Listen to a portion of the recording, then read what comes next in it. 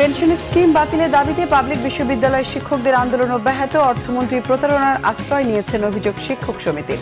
কাল নেতাদের সাথে ওবায়দুল কাদেরের বৈঠক। ডক্টর ইউনূসের বিরুদ্ধে শ্রম আইন লঙ্ঘনের মামলা দ্রুত নিষ্পত্তির নির্দেশ হাইকোর্টের। সাজা কখনো স্থগিত হয় না, অভিমত উচ্চ আদালতের। দেখছিলেন সংবাদ শিরোনাম, এবার বিস্তারিত সংবাদ। সর্বজনীন পেনশন প্রত্যয় স্কিম বাতিলের দাবিতে তৃতীয় দিনের মতো কর্মবিরতিতে আছেন পাবলিক বিশ্ববিদ্যালয়ের শিক্ষকরা। এদিকে শিক্ষক নেতাদের সঙ্গে কাল বৃহস্পতিবার বৈঠক করবেন আওয়ামী লীগের সাধারণ সম্পাদক ওবায়দুল কাদের ও শিক্ষামন্ত্রী মহিবুল হাসান চৌধুরী। এই তথ্য জানিয়েছেন বাংলাদেশ শিক্ষক সমিতি ফেডারেশনের মহাসচিব নিজামুল হক ভূঁইয়া। সর্বজনীন পেনশন স্কিম সংক্রান্ত বৈষম্যমূলক প্রজ্ঞাপন প্রত্যাহারের দাবিতে সর্বাত্মক কর্মবিরতি ও অবস্থান কর্মসূচিতে এই কথা বলেন তিনি। বুধবার বেলা 12টায় ঢাকা বিশ্ববিদ্যালয়ের কলা ভবনের সামনের গেটে এই কর্মবিরতি ও অবস্থান কর্মসূচি শুরু হয়। ক্লাস পরীক্ষা সহ সব ধরনের একাডেমিক কার্যক্রম বন্ধ রয়েছে। এর আগে 1 জুলাই থেকে সর্বাত্মক কর্মবিরতি শুরু করেন ঢাকা বিশ্ববিদ্যালয়ের শিক্ষকরা। প্রত্যয় স্কিম প্রত্যাহার না হলে আন্দোলন চালিয়ে যাওয়ার কথাও জানান বিশ্ববিদ্যালয়ের শিক্ষকরা। একই সাথে সর্বজনীন পেনশন স্কিম থেকে পাবলিক বিশ্ববিদ্যালয়কে বাদ দেওয়ার দাবিতে 3 দিন ধরে আন্দোলন করে আসছে ঢাকা বিশ্ববিদ্যালয় কর্মচারী ঐক্য পরিষদ। আমরা একটা জায়গায় খুব ক্লিয়ার যে আমাদের স্কিম প্রত্যাহার করে আমাদের স্বতন্ত্র বেতন স্কেল দিতে হবে। বারবার আমরা আন্দোলন করব, বারবার আমরা বসবো, বারবার আমরা সংবাদ সম্মেলন করব। এটা তো আমাদের শিক্ষকদের সাথে যায় না। আমার সাথে মাননীয় শিক্ষামন্ত্রী মহোদয় সাথে কথা হয়েছে, উনি বলছেন আমাদেরকে ডাকবেন, এমনকি উনি আমাদের সাথে কথা বলবেন। পাশাপাশি আজকে আমার সাথে মাননীয় সেতুমন্ত্রী জনাব ওবায়দুল কাদের সাহেব, ওনার সাথে কথা বলছি, আমাদের আন্দোলনের যুক্তিকতা তুলে ধরেছি, উনিও শুনেছেন এবং বললেন যে উনি আগামীকাল সকালে কোনো এক সময় উনি আমাদের সাথে বসবেন। সর্বজনীন স্বাস্থ্যসেবা প্রতিষ্ঠায় স্বাস্থ্য ব্যবস্থার ট্রান্সফরমেশন বিষয়ক উপস্থাপনা প্রত্যক্ষ করেছেন প্রধানমন্ত্রী শেখ হাসিনা। এ সময় নানা দিক নির্দেশনা দেওয়ার পাশাপাশি সংশ্লিষ্টদের ধন্যবাদ জানান প্রধানমন্ত্রী। সকাল 10টায় গণভবনে স্বাস্থ্য মন্ত্রণালয় এই অনুষ্ঠানের আয়োজন করে। এ সময় প্রধানমন্ত্রীর শিল্প ও বিনিয়োগ উপদেষ্টা সালমান এফ রহমান, স্বাস্থ্যমন্ত্রী ডাক্তার সামন্তলাল সেন সহ স্বাস্থ্য খাতের বিভিন্ন স্টেক হোল্ডাররা উপস্থিত ছিলেন। এদিকে বিএনপির সিনিয়র যুগ্ম মহাসচিব রুহুল কবির রিজভীর অভিযোগ, পুলিশ ও দলীয় সন্ত্রাসীদের লেলিয়ে দিয়ে ক্ষমতাসীনরা বিরোধী দল দমন করছে। পাবলিক বিশ্ববিদ্যালয়ে অচলাবস্থা তৈরি করে শিক্ষকদের বিপর্যয়ের দিকে ঠেলে দেওয়া হচ্ছে বলে অভিযোগ করেন তিনি। নয়াপল্টনে দলের কেন্দ্রীয় কার্যালয়ে সংবাদ সম্মেলনে রুহুল কবির রিজভী এসব কথা বলেন।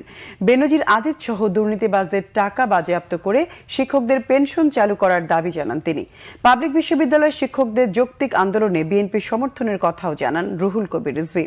বেগম জিয়ার মুক্তির দাবিতে সারা দেশে জেলা পর্যায়ে পূর্ব নির্ধারিত সমাবেশে হামলা, নির্যাতন, বাধা দেওয়ার অভিযোগ করেন বিএনপির সিনিয়র যুগ্ম মহাসচিব।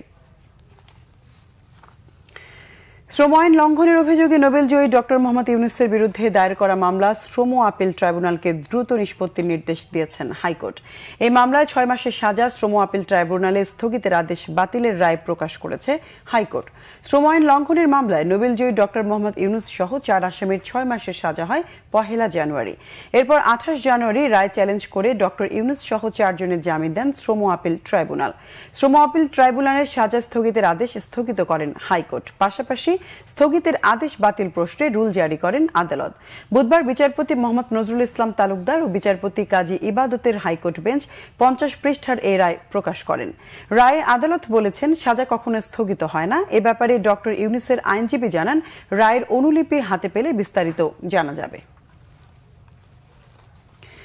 প্রায় 2 কোটি টাকার জ্ঞাত আয় বহির্ভূত সম্পদ অর্জনের অভিযোগে রাজধানী উন্নয়ন কর্তৃপক্ষ রাজুকের পরিচালক মোবারক হোসেন ও তার স্ত্রী শাহানা পারভিনের নামে পৃথক 2টি মামলা করেছে দুর্নীতি দমন কমিশন। মঙ্গলবার দুদকের সমন্বিত জেলা কার্যালয় ঢাকা 1-এ পৃথক 2টি মামলা হয়। মামলা দুটির বাদী দুদকের প্রধান কার্যালয়ের সহকারী পরিচালক আসিফ আল মাহমুদ। একটি মামলায় শুধু মোবারককে আসামি করা হয়েছে। মামলার এজাহারে বলা হয়, দুদকে দাখিল করা সম্পদ বিবরণী অনুযায়ী তিনি 41,46,845 টাকা জ্ঞাত আয়ের উৎসের সঙ্গে অসঙ্গতিপূর্ণ সম্পদ অর্জন করেছেন। অপর মামলার প্রধান আসামি শাহানা, স্বামী মোবারক দ্বিতীয় আসামি। মামলার এজাহারে বলা হয়, শাহানা ও মোবারক পরস্পর যোগসাজশে একে অপরকে সহযোগিতার মাধ্যমে 1,58,73,152 টাকা মূল্যের জ্ঞাত আয় বহির্ভূত সম্পদ অর্জন করেছেন। উভয় এজাহারেই বলা হয়েছে, মামলা তদন্তকালে আরও কারো সংশ্লিষ্টতা পাওয়া গেলে তা আমলে নেওয়া হবে। নতুন করে বৃষ্টি না হলেও পাহাড়ি ঢলের কারণে সিলেট ও ফেনী সহ দেশের বিভিন্ন জেলায় বন্যা পরিস্থিতি অপরিবর্তিত রয়েছে। সিলেটে আজও সুরমা ও কুশিয়ারা নদীর পানি সিলেট, জকিগঞ্জ, কানাইঘাট, বিয়ানীবাজার, ফেঞ্চুগঞ্জ সহ 6টি পয়েন্টে বিপদসীমার ওপর দিয়ে বইছে। গত 24 ঘন্টায় সিলেটে 25 মিলিমিটার বৃষ্টি হয়েছে। এদিকে উজানির পাহাড়ি ঢলে তৃতীয় দফার বন্যায় প্লাবিত সিলেটের বিভিন্ন এলাকার যোগাযোগ ব্যবস্থা আবারও ভেঙে পড়েছে। বানের পানিতে ডুবে গেছে রাস্তাঘাট। গ্রামীণ সড়কগুলোতে কোথাও হাঁটু পানি, আবার কোথাও বা কোমর পানি। এছাড়া হাটবাজারগুলো দফায় দফায় বন্যায় প্লাবিত হওয়ায় বিপাকে পড়েছেন সাধারণ মানুষ। বন্যা দীর্ঘায়িত হওয়ার আশঙ্কা করা হচ্ছে। এদিকে কুড়িগ্রামে দুধকুমার, ব্রহ্মপুত্র ও ধরলা সহ 16টি নদ নদীর পানিও বিপদসীমার ওপর দিয়ে বইছে। খাগড়াছড়িতে বন্যার কারণে রাঙামাটির সাজেক ও লংগদু সড়ক যোগাযোগ এখনও বিচ্ছিন্ন রয়েছে। পানিবন্দী দীঘিনালার 25 গ্রামের মানুষ।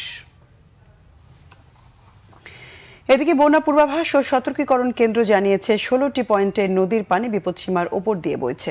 10 জুলাইয়ের পর পরিস্থিতির উন্নতি হবে বলে জানিয়েছেন বন্যা পূর্বাভাস ও সতর্কীকরণ কেন্দ্রের নির্বাহী প্রকৌশলী সর্দার উদয় রায়হান।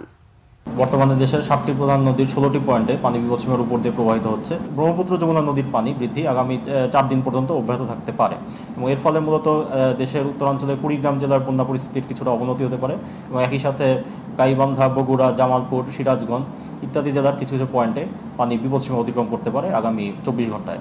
তো এর ফলে সামগ্রিকভাবে আগামী 4 দিনে যমুনা নদী সংলগ্ন এই জেলাগুলোতে বন্যা পরিস্থিতির কিছুটা অবনতি লক্ষ্য করা যেতে পারে।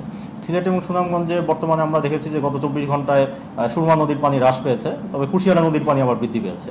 তো সামগ্রিকভাবে বন্যা পরিস্থিতি এখন স্থিতিশীল আছে এবং আশা করা হচ্ছে যে 10 জুলাই বা তৎপরবর্তী সময়ে বন্যা পরিস্থিতি পুরোপুরি স্বাভাবিক হয়ে আসার সম্ভাবনা রয়েছে। দর্শক, ছিল এখনকার মতো। পরের সংবাদ সন্ধ্যা 6টায়। এর আগে 5টায় রয়েছে নিউজ টপ 10 দেখার আমন্ত্রণ রইল। এছাড়া বাংলাভিশন সংবাদ ও সংবাদ সংশ্লিষ্ট অনুষ্ঠান দেখতে ভিজিট করুন www.bvnews24.com ও facebook.com/banglavisionnews এবং সাবস্ক্রাইব করুন youtube.com/banglavisionnews। এতক্ষণ সঙ্গে থাকায় ধন্যবাদ সবাইকে।